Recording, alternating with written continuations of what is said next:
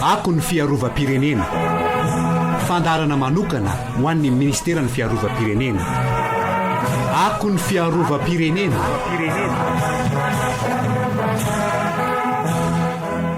ankafaliana indray no iarambako tsika rehetra natokatrano tsirairay ho anatin'ity fandarana ako ny fiarovam-pirenena ity ary asaina trany atsika anaraka izany hatramin'ny farany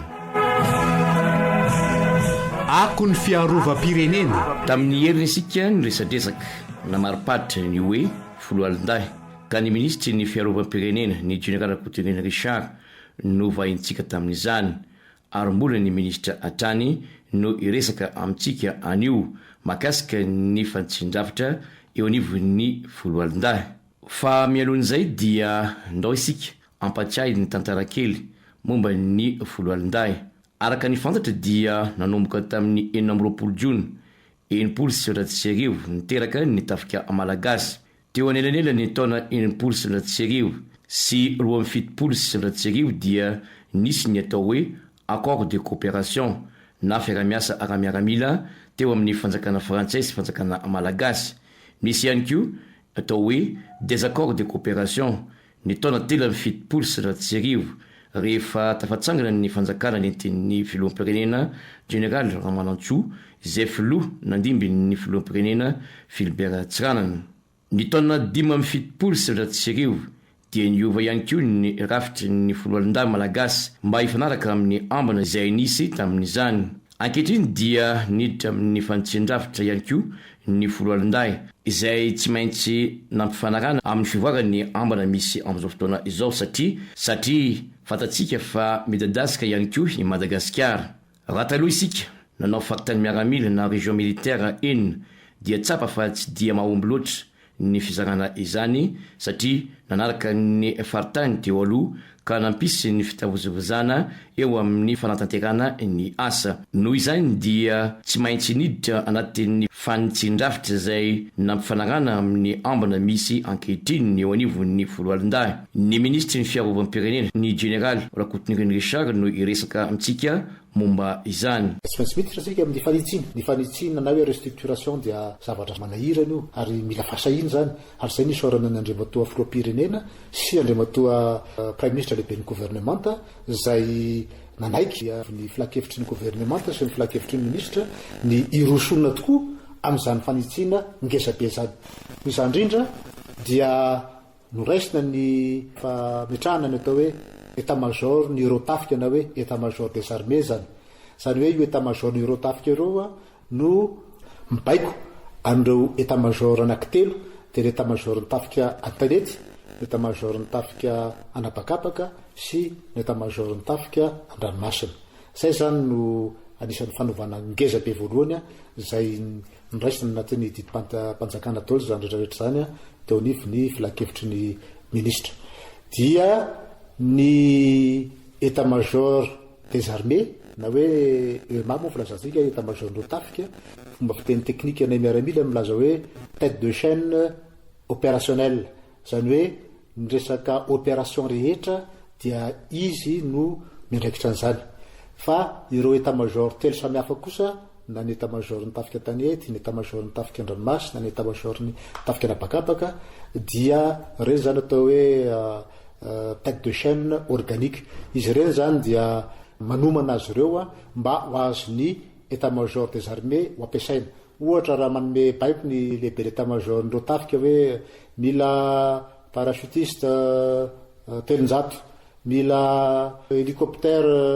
anankiroa mila aéroplane anankitelo mila sambo anankiroa dia reo tête de chaîne organique ireo chef d'état-major na arma filazantsika azy manomana an'le olona rehetra efa misy parachutiste 100 efa vohofana afaka avy hatrany ampidirina manatotosa ny iraka zay ataon'izy ireo rehetra efa misy mpanamory efa vonona ny hitondra nireo fiaramanidina zay efa vonona ihany koa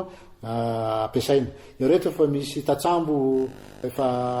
vonona ny hiatrika ny iraka zay ataon'izy ireo ary efa vonona ihany koa ny sambo nozaraina zone de défense et de sécurité folo ny nositsika dia reo zone de défense et de sécurité reny natao hoe compartiment stratégique nisy fandajalajana samihafa na amin'ny lafiny ara-géographique zany na amin'ny lafiny fotodrafitr'asy zany eo amin'ny lafiny culturel jerena sahala am'izany izy reo ary ny zone de défense de sécurité reny dia tsy mamakivaky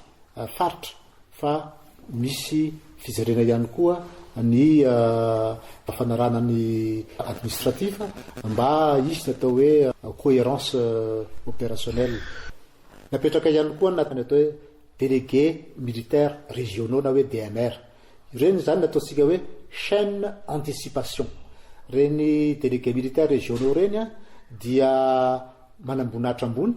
zay apetraka eny amin'ny faritra tsirairay avy eto Madagasikara, reo faritra 13 zay misy ankehitriny dia io délégué militaire régional io zany dia manambonatra ambony anankiray izay miasa eny anivon'ny faritra io dia matetika moa ny préfet de région no tena mifandraikaiky aminy miaraka amin'ny gouverneur. Izy zany ohatrany hoe représentant militaire nisy ny fiarovam-pirenena amin'ireo faritra 13. Ankoatr'izay dia tsy maintsy natao mifanaraka amin'izay ihany koa ny rafitra rehetra amin'ny toby miaramila tsirairay ary misy fivoana be dia be.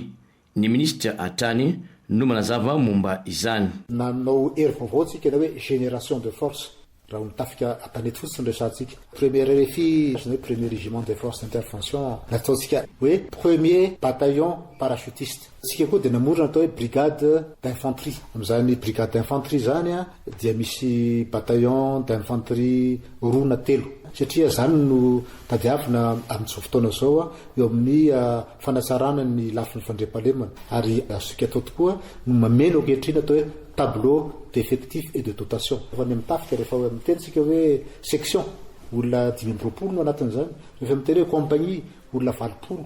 rehefa miteny hoe bataillon compagnie 3 no anaty bataillon ray zany hoe miaramila 220 farafahakeliny anatin'izany. Rehefa miteny hoe brigade farafakely misy bataillon 3 anatin'izany zany hoe miaramila 270 farafakely no anatin'izany. Mahazaka an'izany ankehitriny ny isan'ny miaramila malagasy ary zay nametrahantsika an'ireny brigade d'infanterie reny. Anatin'ireny brigade reny dia misy brigade anankiray zay manana iraka manokana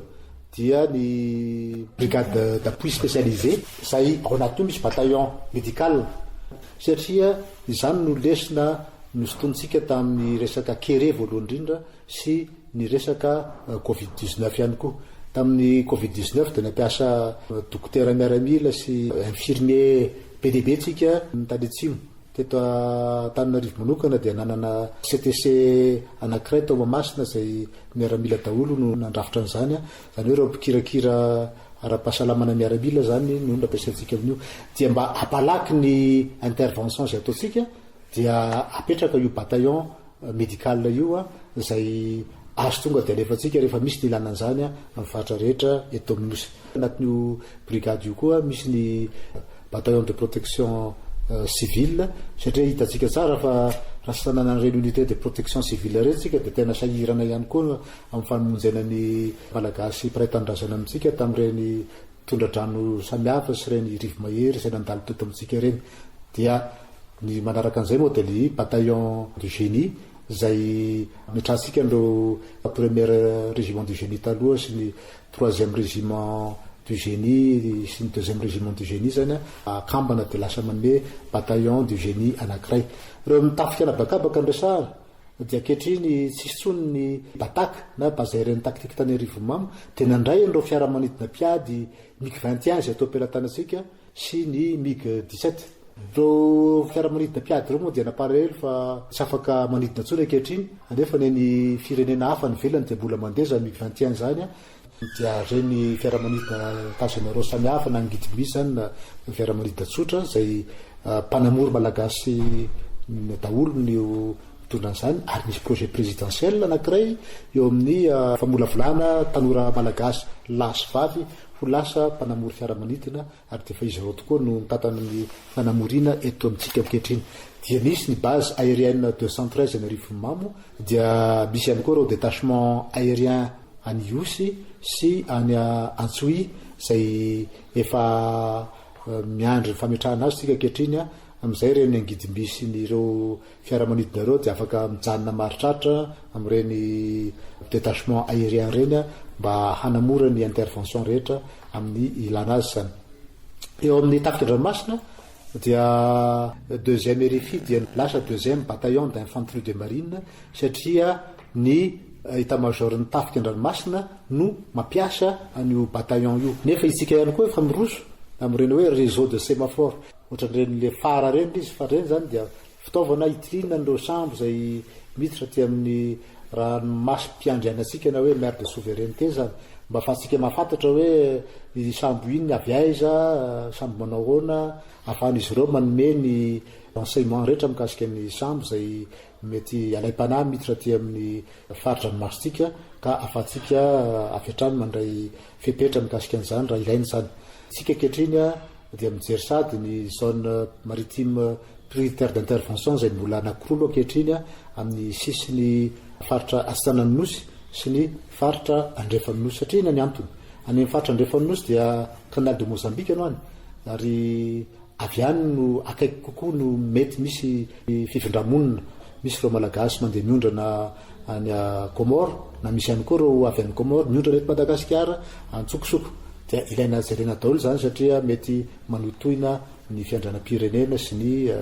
fandriampahalemana eto amin'ny tanitsika. Noho ireo rehetra ireo dia tsy maintsy niditra antsetra nanampy ny vahoaka ny tafika malagasy izay manao totosa tamberinandraikitra eo anivon'ny fiarahamonina, ary misy ny teny filamatra hoe voalohany manakaiky ny vahoaka. Ka noho izany dia napetraka eny amin'ny toerana mafampana tena lasibatra ny tsy fandriampahalemana ny atao hoe DSS, détachement spécial de sécurité, izay ahitana ny vata-miaramila 20, ny BOA, base opérationnelle avancée, izay misy miaramila 20, ary efa maro ny fododrafitrasa tapapetraka makasika izany manerana ny Madagasikara. Hatreo ihany koa ny mamarina ny fiarantsika androany, fa alohany ny sarantsika dia tsara ny mampafantatra ny général Solirina Roger indray no miaraka amintsika amin'ny herinan'io. Nisaotratsika ny aino hatramin'ny farany, Donga William teo amin'ny fanolorany. Veloma tompoko.